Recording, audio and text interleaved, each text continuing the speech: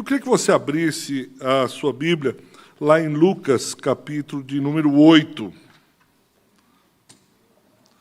Nós vamos começar lendo Lucas 8, a partir do versículo 22. Lucas 8, 22, e depois vamos ler outros textos.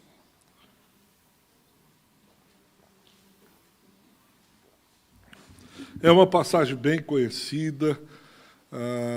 Domingo à noite passado, a pastora Carmen falou também um pouco sobre esse texto, e eu queria trabalhar um pouco Lucas 8, 22, vamos ler até o versículo de número 27. Lucas 8, 22 diz assim: aconteceu que num daqueles dias entrou ele num barco em companhia dos seus discípulos e disse-lhes: passemos para a outra margem do lago. E partiram. Enquanto navegavam, ele adormeceu. E sobreveio uma tempestade de vento nos lagos, correndo eles o perigo de sossobrar. Chegando-se a ele, despertaram-nos, dizendo: Mestre, Mestre, estamos perecendo. Despertando Jesus, repreendeu o vento e a fúria da água, tudo cessou e veio a bonança. Então lhes disse: onde está a vossa fé?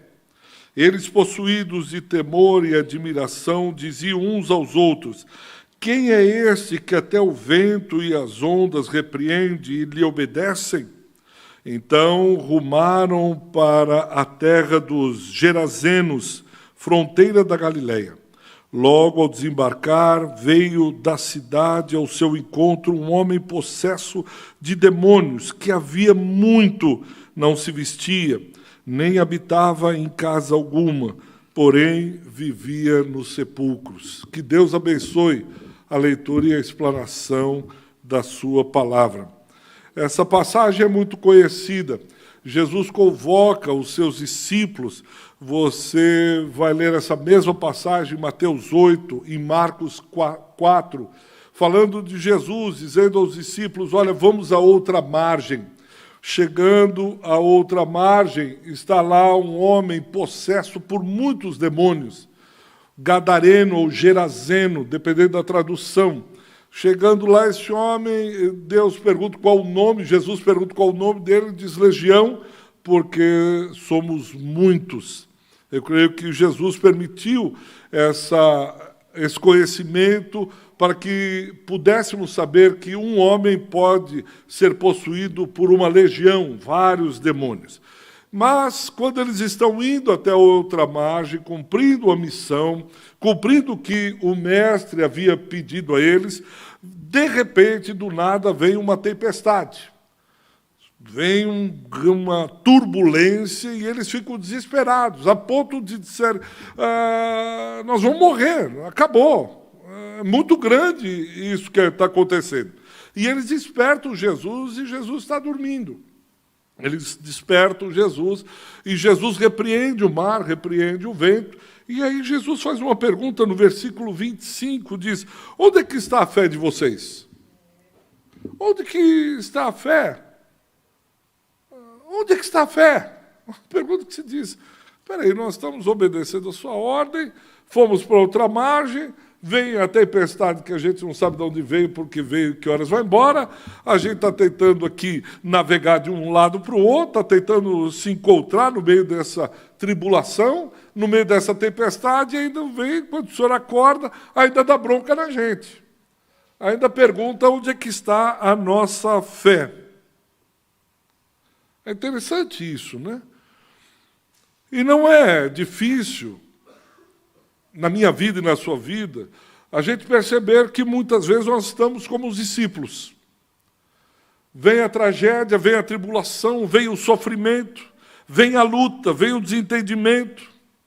No meio da missão, no meio do propósito, no meio daquilo que a gente está querendo fazer para Jesus, no meio daquilo que a gente está caminhando, entendendo, tendo absoluta certeza que foi Ele que nos orientou a irmos à outra margem.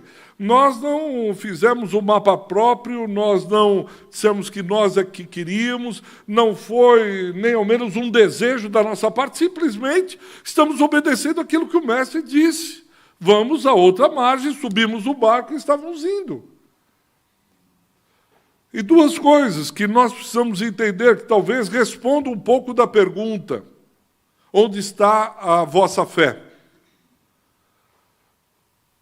Pelo menos duas questões que eu queria abordar nessa manhã, a fim de tentarmos responder essa pergunta que Jesus faz a discípulos. A gente que se comprometeu de andar com Ele, gente que professa uma fé, gente que diz que tem um mestre. Nós precisamos entender pelo menos duas coisas. A primeira coisa é que eles estão indo libertar um homem. Há um homem prisioneiro, cativo, um homem que está enredado por demônios, um homem que está possesso. E Jesus sabe que esse homem não consegue se autolibertar. Esse homem não tem força por si só para poder quebrar cadeias espirituais que o prendem. Esse homem que está na outra margem não tem a menor possibilidade de se autoproclamar livre, ele está preso. Por isso o libertador precisa chegar à outra margem para libertar um homem que está cativo e não consegue libertar-se do seu próprio cativeiro. E ele chama os seus discípulos, Jesus, para junto com ele ir libertar aquele que está aprisionado. Ele chama aqueles que irão aprender como libertar homens e mulheres do seu próprio cativeiro. Homens e mulheres que não podem se libertar sozinhos. Homens, mulheres, jovens, adultos, crianças, idosos, que estão aprisionados por forças espirituais, por sua própria natureza. Por isso é que Jesus convoca discípulos para irem a margens, a lugares, a espaços onde eles encontrarão homens e mulheres aprisionados. Homens e mulheres que não conseguem se libertar. Por isso, os discípulos precisam chegar a outra margem e dizer: o libertador chegou. Nós viemos proclamar a verdadeira liberdade. Nós viemos libertar os cativos. Porém, para que os discípulos façam isso, eles precisam colocar a mão na massa. Eles precisam atravessar o mar. Mais do que isso, e é o primeiro ponto, eles precisam reconhecer a sua identidade. Vou repetir. Para que discípulos, homens e mulheres convocados por Cristo, possam atravessar mar, ou seja, barreiras, lugares, para chegar e libertar homens e mulheres aprisionados que não conseguem se libertar sozinhos, eles precisam entender, em primeiro lugar, a sua identidade. E ninguém explica isso melhor teologicamente que o apóstolo Paulo. Por isso eu quero convidar você a abrir lá em Romanos 5, onde vai falar da liberdade que temos em Cristo, que vai falar acerca da libertação. Eu só posso libertar se eu sou livre, eu só posso libertar os aprisionados e cativos se eu entendo essa liberdade com a qual Cristo me libertou. E há uma doutrina, conhecida como doutrina da justificação pela fé.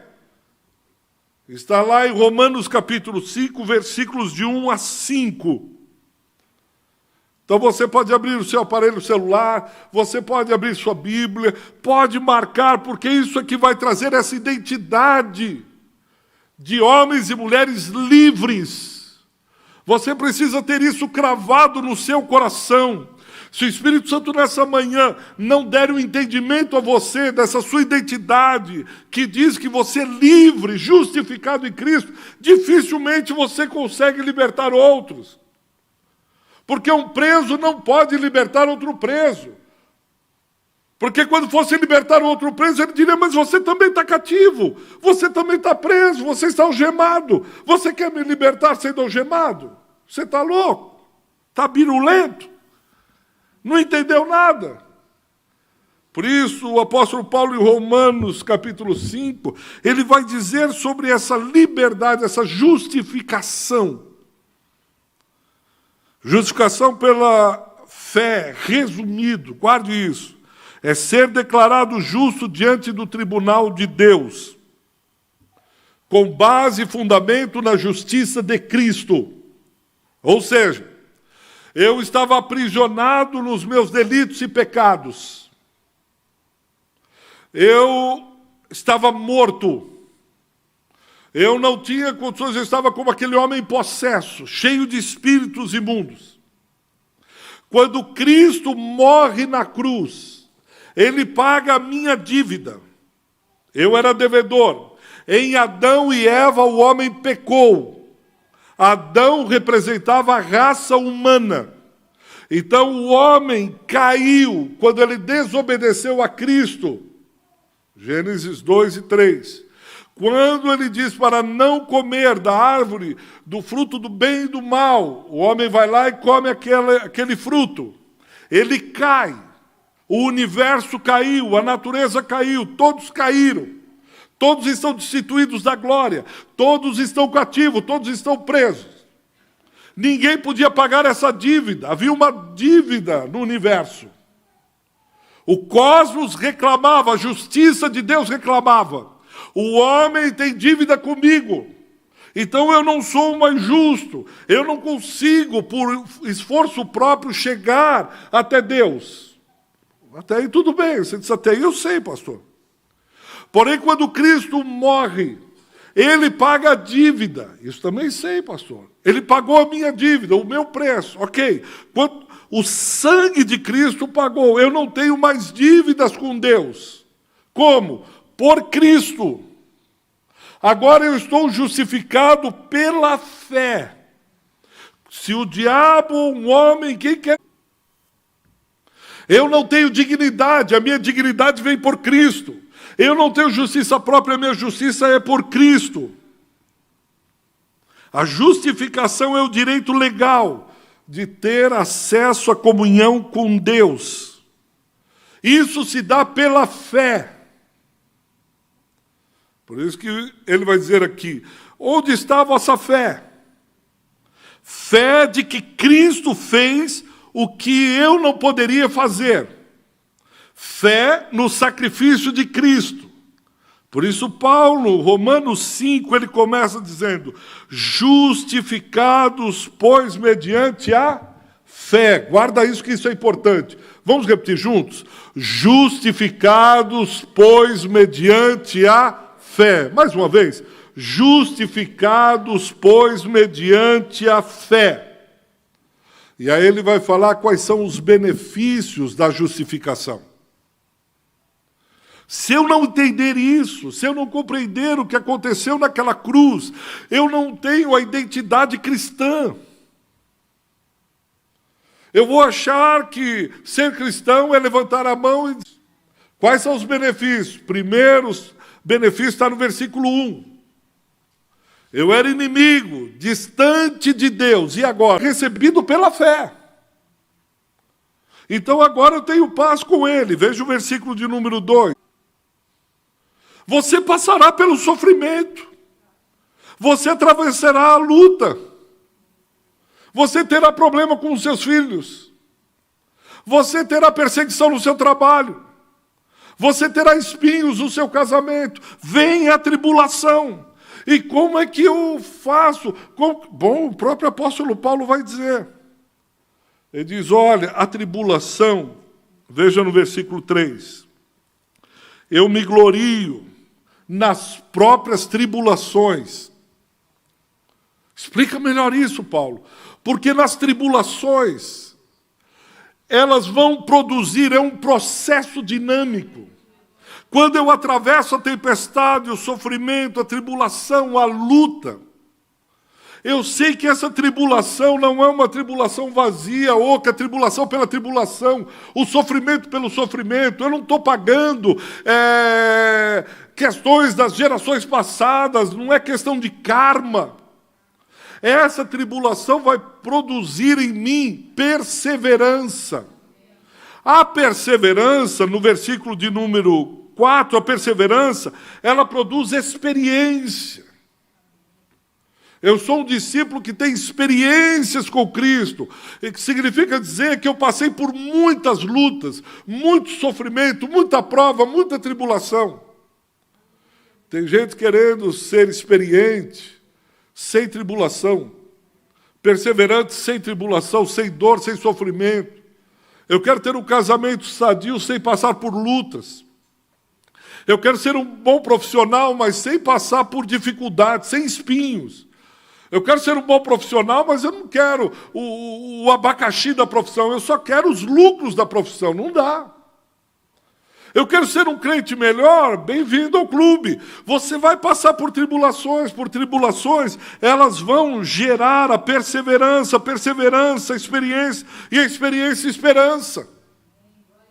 Um crente cheio de esperança é um crente que passa por várias tribulações, por várias lutas.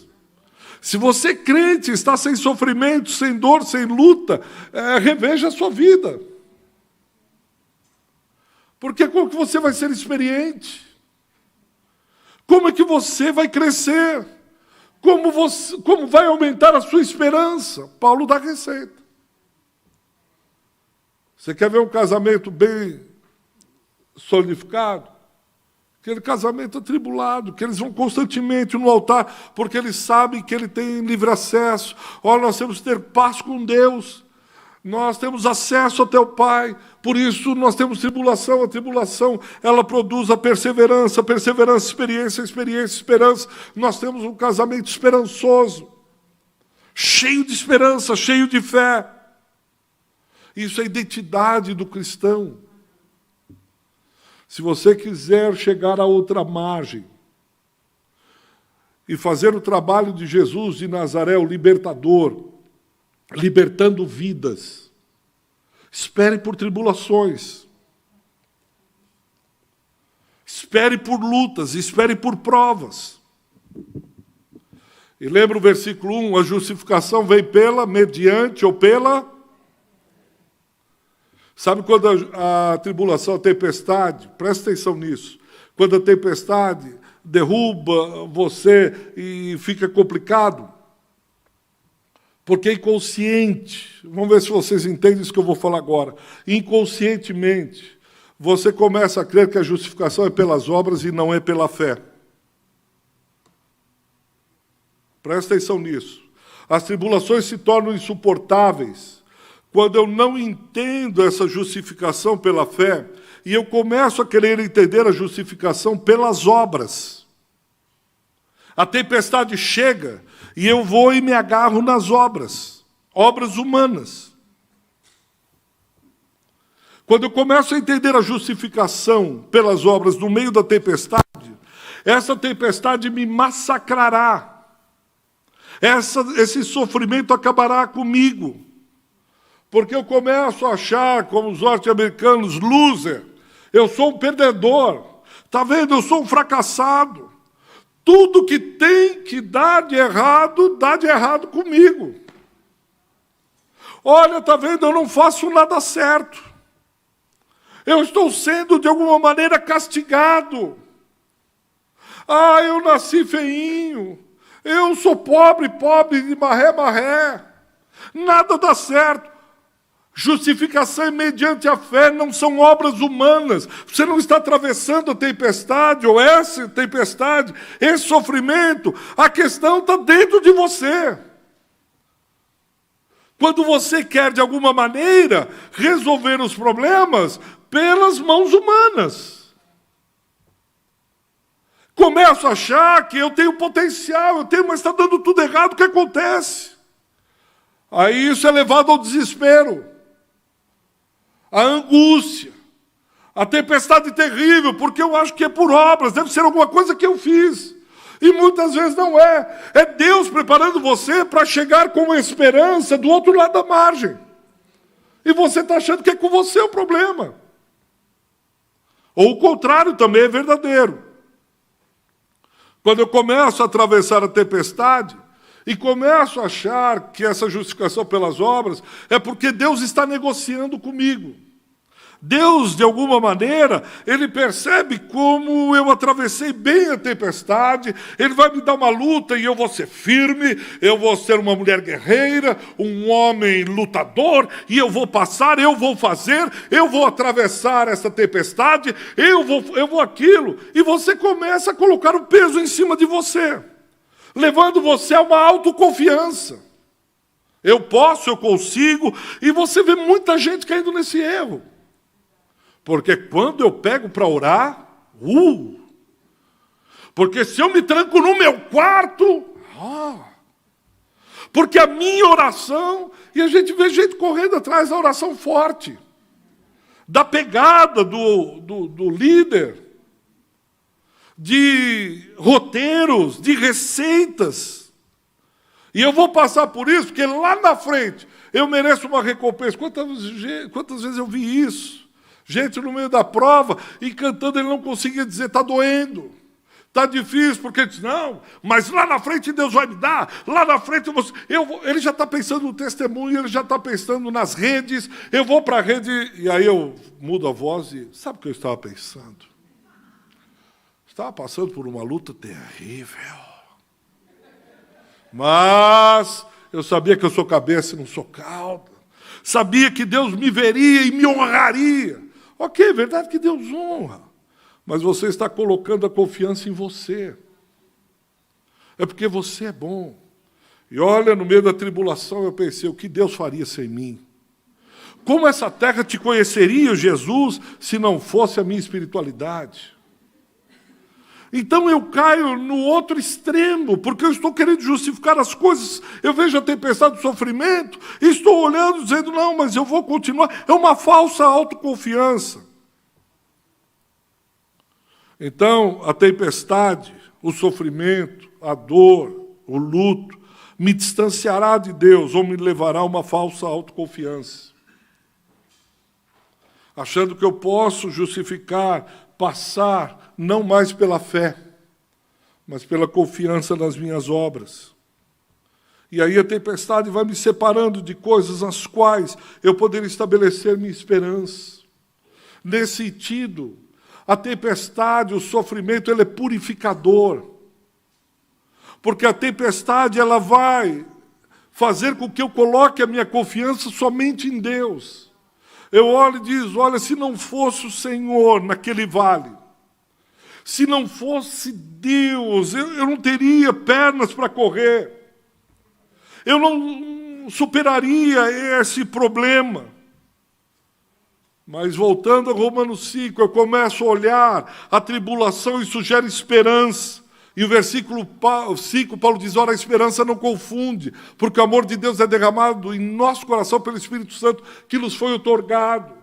Agora eu me regozijo com o Espírito que habita em mim. Eu olho e tenho esperança da glória vindoura. Eu olho e tenho esperança que um dia o verei face a face. E agora eu preciso entender essa identidade que eu tenho em Cristo. Justificação pela fé não é por obras. Eu vou atravessar essa tempestade, essa luta, porque eu tenho absoluta certeza de quem morreu por mim. Eu tenho absoluta certeza que o Espírito de Deus é derramado no meu coração e Ele me ama. E nós agora tenho paz com Ele, nós vamos andar juntos. Eu aprendo a confiar nele. Eu não aprendo a confiar nos meus méritos. O mérito é todo de Cristo.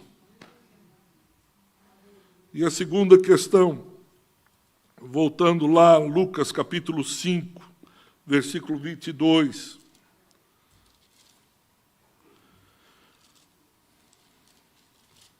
Quando eu entendo sobre o amor de Deus, a obra de Deus na cruz, eu não tenho mais medo.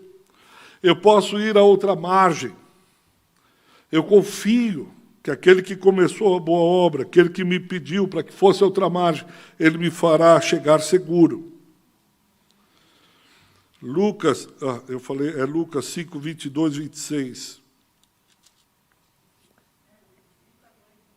Não é não. Eu errei aqui. Lucas 8. É Lucas 8. Jesus diz aos discípulos, vamos à outra margem. O que é que tem na outra margem? Eu tenho identidade e eu tenho missão. O cristão, quando ele tem entendimento sobre essa missão, e quem está ensinando ele nessa passagem é o próprio Cristo. Eles estão cansados. Jesus diz, mas nós precisamos ir. Mas por que nós precisamos ir? Porque eu tenho uma missão. Eu fui chamado para um propósito. Eu não posso me distrair com o barco. Eu não posso me distrair com a tempestade. Porque o Filho do Homem veio para salvar o que se havia perdido. Mateus 8:11. Eu não posso me distrair com nada mais. É uma ideia de movimento, de missão, de continuidade, de contínuo. O tempo todo eu estou envolvido no movimento do Espírito. Se você pudesse entender isso. Quando eu estou no meu trabalho, quando eu estou na escola, em casa, é o mover do Espírito Santo que nos leva às margens, nas regiões e nos locais mais inusitados, os locais aos quais nós não pensamos. O que move a missão é o Espírito, é o senso de necessidade. Há um homem que precisa ser liberto. Há um homem que não conhece ainda o libertador, que desceu dos céus para libertar os homens. Eles precisam saber que o libertador chegou. A Moca, São Paulo, Brasil, precisa entender que o libertador chegou. Eles não precisam mais ficar presos em suas terras, em seus cativeiros. Vamos à outra margem. Há alguém que está sendo oprimido, destruído, alguém que dia após dia morre. Você diz, pastor, deixa eu pensar um pouco. Eles estão indo, aquele homem está possesso, verdade. Pensa nisso. Por que o diabo veio para matar, roubar e destruir isso? Por que ele não morreu ainda? Como é que é? Pastor, o senhor não falou que tem um homem lá com vários demônios, verdade? O demônio também tem uma missão, veio para matar, roubar, destruir, isso. E por que ele não morreu ainda? Porque há um bem supremo, um Deus eterno, que ainda põe a mão no peito da morte e diz, ainda não. Há um Deus que está sustentando esse homem possesso. E Deus está segurando a morte de abraçar esse homem e exterminar com ele. Por quê? Porque Deus sabe que os seus discípulos estão chegando. Deus sabe que eu e você estamos indo a esses lugares e Ele diz, não vai matar ainda esse homem, porque os meus discípulos estão chegando para proclamar a liberdade. É a única razão de Deus ainda segurar o mal e a morte. Porque Ele sabe que eu e você estamos indo para outra margem. Por isso Deus ainda está pondo cercas e limites à morte, dizendo não. Ainda o pai desse precisa ouvir da salvação das boas novas. Esse irmão, esse colega de trabalho, essa pessoa da família ainda não morreu de tanta cachaça, ainda não morreu, jogou o carro contra um poste, ainda a doença não deteriorou, porque Deus sabe que eu e você estamos chegando, os discípulos estão indo, estão em movimento, por isso que não morreu ainda. Os discípulos chegarão, pode esperar. Eles ministrarão aos homens que a paz que ainda não possuem, simplesmente porque eles têm paz com Deus, por isso eles podem ter autoridade de levar a paz a outros. Esse homem está perturbado, mas os discípulos têm a paz com Deus. Os discípulos chegarão porque eles têm livre acesso ao Pai. Eles conhecem o caminho, por isso podem falar e ensinar acerca desse caminho, porque andam nesse caminho. Ainda há esperança, porque os discípulos estão chegando. Eu e você estamos indo. Aqueles que têm paz com Deus, aqueles que têm livre acesso, eles têm esperança que um dia verão Cristo face a face, e eles não podem ver Cristo a face sem olhar do lado e dizer, esse meu irmão também está comigo. Por isso a esperança para os gadarenos, ainda há esperança para aqueles que estão aprisionados. Os discípulos do libertador estão chegando. Eles são discípulos do Nazareno, eles irão chegar. É uma questão de tempo. Eu e você chegaremos a Gadara, seja onde for essa Gadara. Quem está dando exemplo é o bom mestre. Ele está discipulando os seus discípulos, dizendo, vocês precisam passar por essa tempestade. Vocês precisam passar por essa tribulação. Qual é a reação dos discípulos? Eles apavoram, acham que vão morrer. Mas Jesus os olha e diz, eu estou treinando vocês. Porque um dia eu subirei, estarei com meu Pai, mas vocês não ficarão sozinhos. Vocês terão o Espírito Santo de Deus, e aquilo que eu fiz, eu quero que vocês façam. Vocês agora vão proclamar a liberdade. Por isso Jesus perguntou, onde está a vossa fé? Por que sois homens de pequena fé? Por que vocês são tão tímidos? Eu quero que essa pergunta reverbere até hoje. É como se Jesus olhasse para mim e para você e disse, por que vocês são tão tímidos? Onde está a vossa fé? Há escravos do pecado. Há gente que está possessa. Há gente que está morrendo e eu estou contendo a morte até que vocês cheguem. Por que vocês não chegaram ainda? Por que essa timidez? Por que essa falta de ímpeto, de coragem, de valentia, de unção do Espírito Santo? Homens de pequena fé, onde está a vossa fé? A gente morrendo. Então você pensa, pastor, mas talvez ele esteja falando homens de pequena fé, porque ele queria que os homens se levantassem e impostassem a voz e dissessem, mar, eu te ordeno em nome de Jesus. Eu, apóstolo Ricardo Bitum, digo, vai, aí ia para a TV, tá vendo como é que faz? Será que é essa fé que ele está falando? De olhar para a tempestade e socar a tempestade em nome de Jesus? Eu penso que essa fé é a fé pela vida, é a fé na justificação, é a fé daqueles discípulos que têm certeza da sua identidade, de quem são em Cristo, tem certeza da sua missão, discerne que essa tempestade, ela proveio e parece, o texto pode dar indicações que veio daquele que habitava lá em Gadara, dos demônios que possuíam, e eles fazem com que levanta isso. E quem é discípulo precisa estar atento às batalhas espirituais, precisa estar atento ao que está acontecendo no trabalho, na família.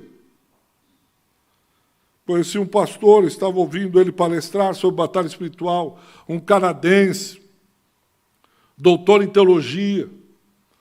E ele disse, quando eu comecei a entender essa dimensão de batalha espiritual, eu comecei a ter um outro entendimento. Ele foi missionário numa das tribos aqui no Brasil. Ele doutor em teologia. Ele mesmo testemunhou isso, doutor Wilbur. E ele disse, numa hora, o pajé, depois de um mês, ou alguns meses que ele estava na tribo, diz, pois essa semana nós vamos ver qual é o Deus poderoso. E o desafiou a um duelo. Ele disse, naquela semana, eu comecei a ficar doente, minha esposa começou a ficar doente. Minha esposa tinha jatos de vômito, que ele falou, eu lembro de ter segurado minha esposa pelas costas, e ela teve um jato de vômito me jogou contra a parede, a oca, e a maloca, né, como diz o Brasil, a maloca, e atravessou, aquela que era de palhas e tal, atravessou. Ele falou, eu saí humilhado, e o pajé exaltado. Eu voltei para o Canadá e comecei a orar e disse, Senhor, eu sempre preguei que o Senhor era o Deus Todo-Poderoso, eu sempre preguei que o Senhor acalma a tempestade, eu sempre falei da tua força, e agora eu fui humilhado, saí de lá com as malinhas e o pajé dizendo, está vendo?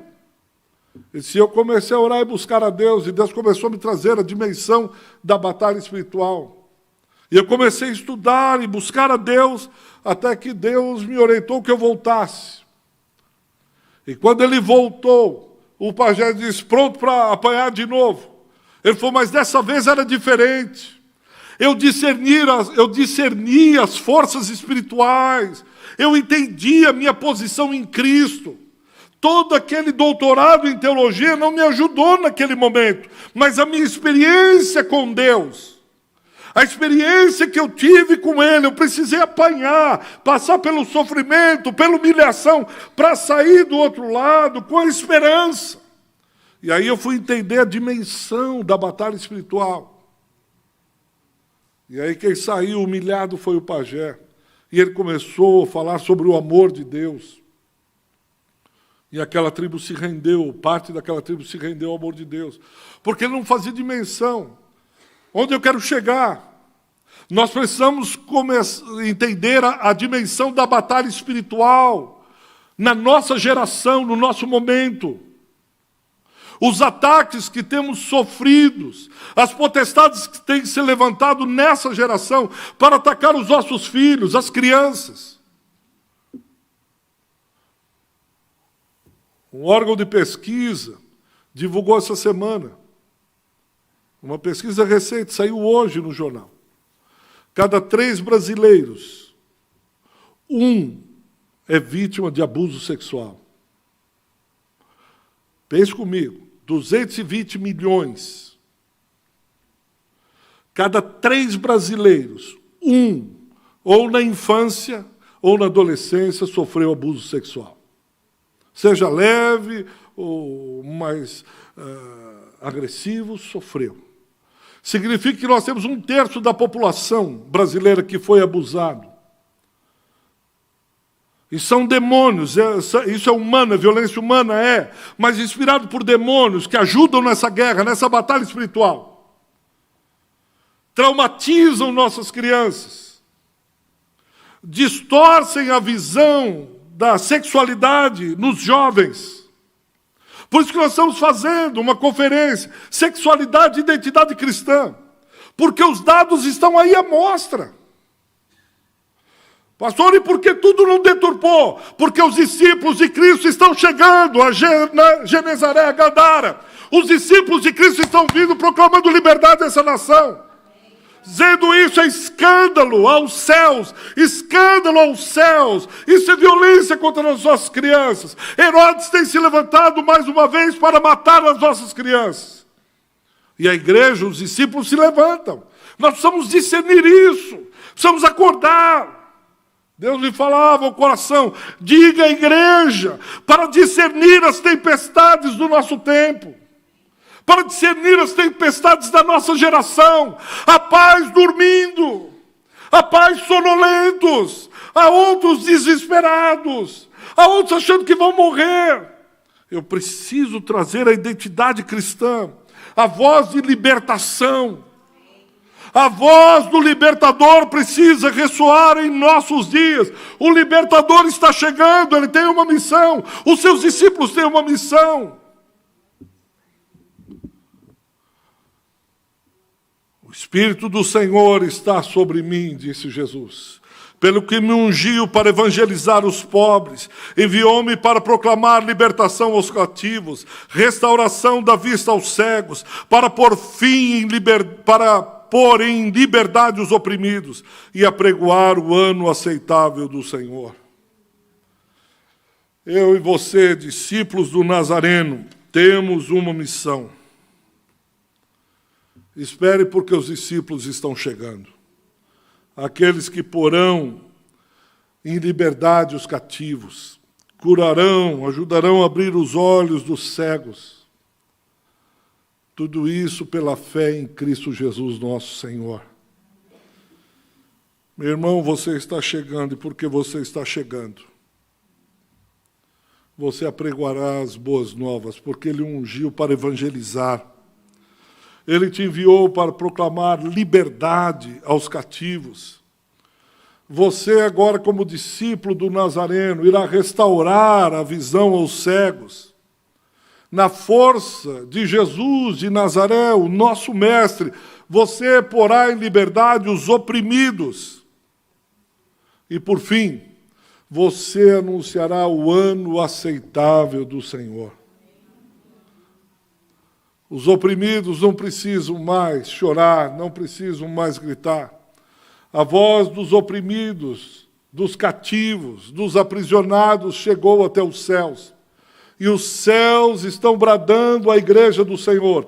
Esse é o ano aceitável do Senhor. Preparem-se, infernos, preparem-se, terras, preparem-se, porque os discípulos estão chegando. E onde os discípulos chegarem, haverá libertação aos oprimidos. Haverá libertação dos cativos, restauração da vista aos cegos, liberdade aos oprimidos. Irá apregoar-se o ano aceitável do Senhor. Por isso, porque só estão tímidos, homens de pequena fé, uma vez que agora sabem sobre a justificação pela fé em Cristo. Vocês têm livre acesso ao Pai. Vocês têm esperança da glória. Vocês têm vida com o Espírito Santo. Não devem mais nada, a não ser o amor ao próximo, amor aos gadarenos. Proclamem a liberdade aos cativos. Vamos ficar em pé em nome de Jesus. E nós só faremos isso na unção do Espírito Santo. Queria que você fechasse seus olhos um pouquinho. Eu queria só, enquanto o louvor sobe aqui, eu queria pelo menos dizer isso que é a sua identidade. Você tem paz com Cristo. Entenda isso. Fique de olhos fechados. Diga para você mesmo, Senhor, eu tenho paz com Deus. Segundo, eu tenho livre acesso ao Pai. Eu posso entrar correndo e chegar lá no colo do meu Pai, sentar no colo do meu Pai. Eu tenho livre acesso, eu tenho liberdade de chegar até o Pai. Eu tenho esperança de que um dia o verei face a face na glória, quer dizer, na perfeição. E, por fim, eu tenho certeza que meu sofrimento, aquela tempestade, é só um processo. Ela tem um propósito. Eu estou chegando lá. Eu estou chegando. Peça agora discernimento a Deus para as tempestades. Jovens, você que é jovem, adolescente, pergunte a Deus quais são as tempestades, os ataques dessa geração a você. Quais são os ataques que estão gerando? Seja qual for, eu não quero demonizar jogos eletrônicos, não quero, mas o que é? Pergunte a Deus. Talvez não, tenho certeza que Deus quer usar você como um libertador lá na sua escola. Uma luz, um candeeiro aceso naquela escola. Aquela classe não será conhecida como a pior classe do colégio, porque o discípulo do Nazareno está lá. O discípulo do Nazareno está lá. É você. Os discípulos do Senhor estão chegando, aleluia. Lá na tua família, o discípulo de Jesus está lá. Aquele que tem paz com Deus, aquele que tem esperança, aquele que tem acesso ao Pai, aquele que sabe que a tempestade tem um propósito, aquele que sabe que ele está chegando a Gadara, está chegando àquele lugar. É você, não é o seu irmão, não é o pastor, é você, é você, é você. Você fará a diferença naquela escola. Você proclamará as boas novas, libertação aos cativos. Não está num plano ou projeto político. Há uma guerra pela vida dos homens. Não é uma guerra entre brancos e pretos. Não é uma guerra entre ricos e pobres. É uma guerra pela sua vida. É uma guerra pela vida dos oprimidos. É uma guerra ferrenha de vida ou de morte. E você foi convocado por Jesus para militar, para lutar nesse exército. Você foi convocado por Ele para essa guerra. Não fuja da responsabilidade. Não tenha medo das tempestades. É você que está chegando. O mal terá que pedir licença. O mal terá que sair correndo pelos fundos. Porque o discípulo do Nazareno chegou. A discípula de Jesus está lá. Por isso marche. Discirna. Reconheça a sua identidade. Saiba quem você é. Em nome de Jesus você verá muitos sendo libertos. Possessos glorificando ao Deus vivo. Mais discípulos de Jesus acompanhando você e diz: me explica, me ensina como é isso.